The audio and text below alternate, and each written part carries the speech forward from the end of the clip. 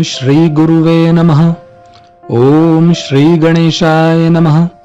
ओम श्री पितृदेवताय नमः। ओम श्री कुलदेव्ये नमः। ओम श्री ग्राम देवताय नमः। ओम श्री स्थान देवताय नमः।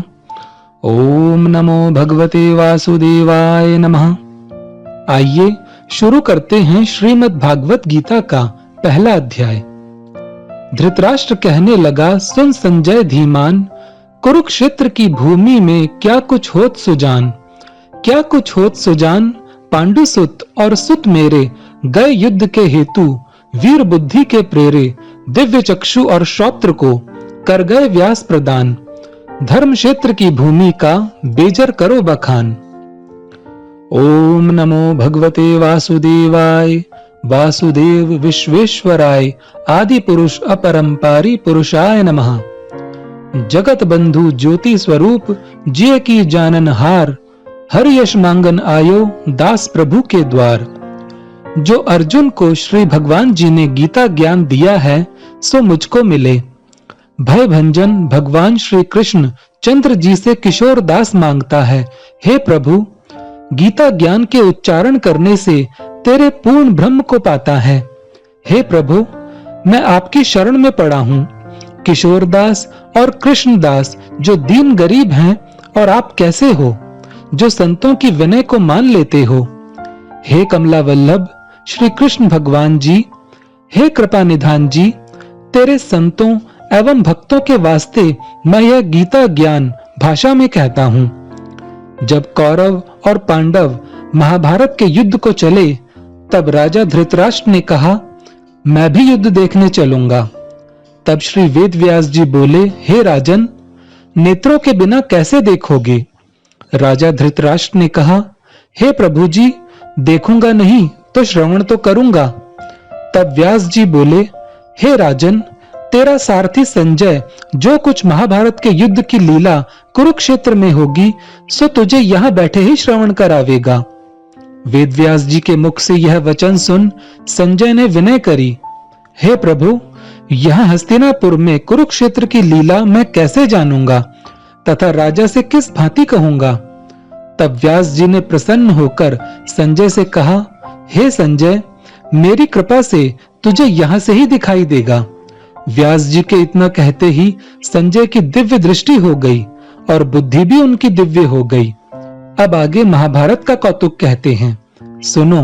7 अक्षौहिणी सेना पांडवों की और 11 अक्षौहिणी सेना कौरवों की, यह दोनों सेनाएं कुरुक्षेत्र में जब एकत्र हुई, तब धृतराष्ट्र ने पूछा, हे संजय, धर्म के क्षेत्र में युद्ध की इच्छा से एकत्र हुए मेरे और पांडु के पुत्रों ने क्या किया। संजय ने कहा, पांडवों की सेना को व्यूहित देखकर दुर्योधन द्रोणाचार्य के समीप जाकर कहने लगे, हे आचार्य, देखिए आपके शिष्य बुद्धिमान द्रुपद पुत्र ने पांडवों की बड़ी सेना की कैसी व्यूह रचना की है।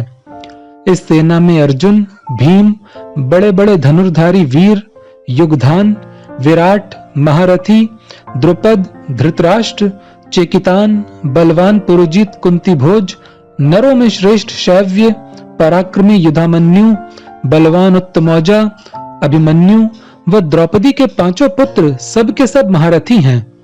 हे ब्राह्मण श्रेष्ठ, आपके स्मरणार्थ अब मैं सेना के प्रधान सेनापतियों के नाम वर्णन करता हूँ। आप भीष्म, कर्ण, युद्ध विजयी कृपाचार्य, अश्वत्थामा, विकर्ण, सोमदत्त का पुत्र भूरिश्रवा और बहुत से शूरवीर मेरे लिए प्राण तक देने को तैयार हैं। ये लोग शस्त्र चलाने में बहुत चतुर हैं और सब युद्ध विद्या में प्रवीण हैं। हमारी सेना जिसके भीष्म रक्षक हैं अपार बल है, और उसकी सेना के जिसके भीम रक्षक हैं थोड़ा सा बल है। अब आप सब अपने अपने मोर्चों पर सावधान रहकर सेनापति भीष्म की रक्षा कीजिए। कुरुवृद्ध भीष्म पितामह ने दुर्योधन को प्रसन्न करते हुए और ऊंचे स्वर में गरजते हुए शंख बजाया। फिर चारों ओर शंख, नगाड़े, ढोल, गौमुख आदि अनेक बाजे बजने लगे, जिनका बड़ा भयंकर शब्द हुआ। इसके अनंतर सफेद घोड़ों के रथ पर बैठे श्री कृष्ण और पांडव अर्जुन ने भी दिव्य शंखों को बजाया श्री कृष्ण ने पांचजन्य और अर्जुन ने देवदत्त नामक शंखों को और भीषण कर्म करने वाले भीम ने पौंड्रक नामक बड़े शंख को बजाया।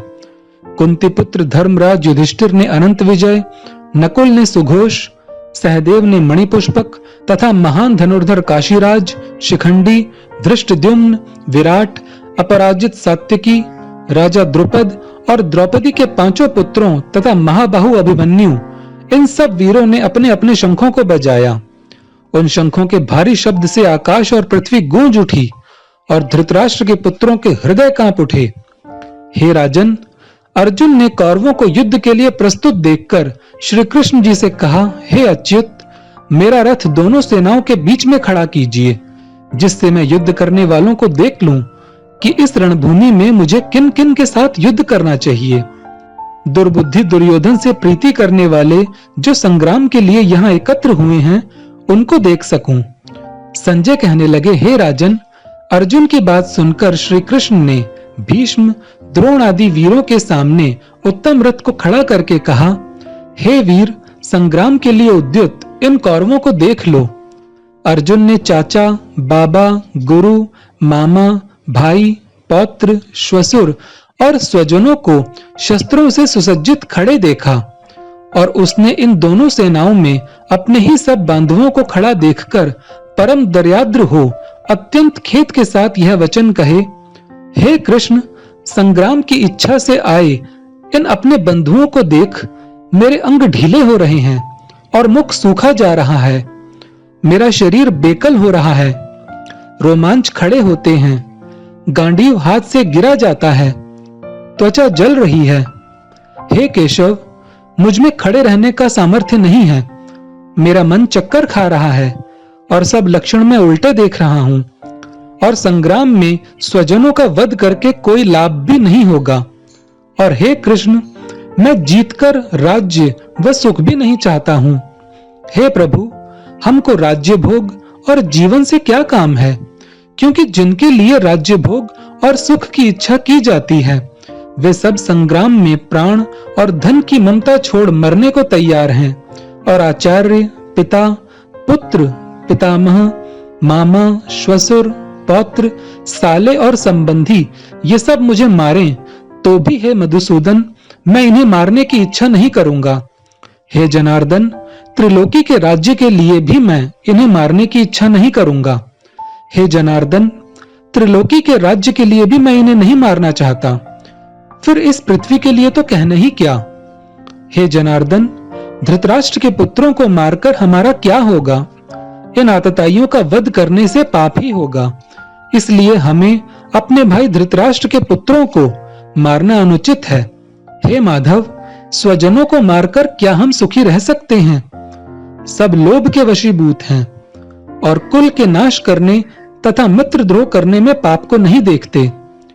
कुल नाश को जानते हुए भी हमको इस पातक से क्यों नहीं दूर रहना चाहिए? कुल का नाश होने से कुल के प्राचीन धर्म नष्ट हो जाते हैं, फिर धर्म नाश होने से कुल में पाप बढ़ता है। हे श्री कृष्ण, पाप से कुल की स्त्रियां व्याभिचारिणी हो जाती हैं, जिनसे वर्णशंकर संतान उत्पन्न होती है। वह वर्णशंकर जिन पुरुषों ने कुल को नष्ट किया है, उनको तथा उस कुल को नरक में पहुंचाते हैं, क्योंकि श्राद्ध तर्पणादि बंद हो जाते हैं। वर्णशंकर बनाने वाले दोषों से कुल ध्वंसकों के जाति धर्म और कुल धर्म निरंतर नाश हो जाते हैं। हे जनार्दन, मैंने बराबर सुना है कि कुल धर्म नष्ट होने से निश्चय नरक वास करना होता है। हाय, हम बड़ा पातक करने को तैयार हैं, जो राज्य सुख के लाभ से अपने स्वजनों को ही मारने की कोशिश कर रहे हैं। मुझ शस्त्र रहित एवं उपायहीन को रणभूमि में बांधकर डाल दें तो मेरा बहुत कल्याण हो। संजय ने कहा, हे राजन, यह कहकर अत्यंत दुखित होकर अर्जुन ने उसी समय धनुष बाण फेंक दिया और रथ के पिछले भाग में जा बैठा। इति प्रथम अध्याय समाप्त।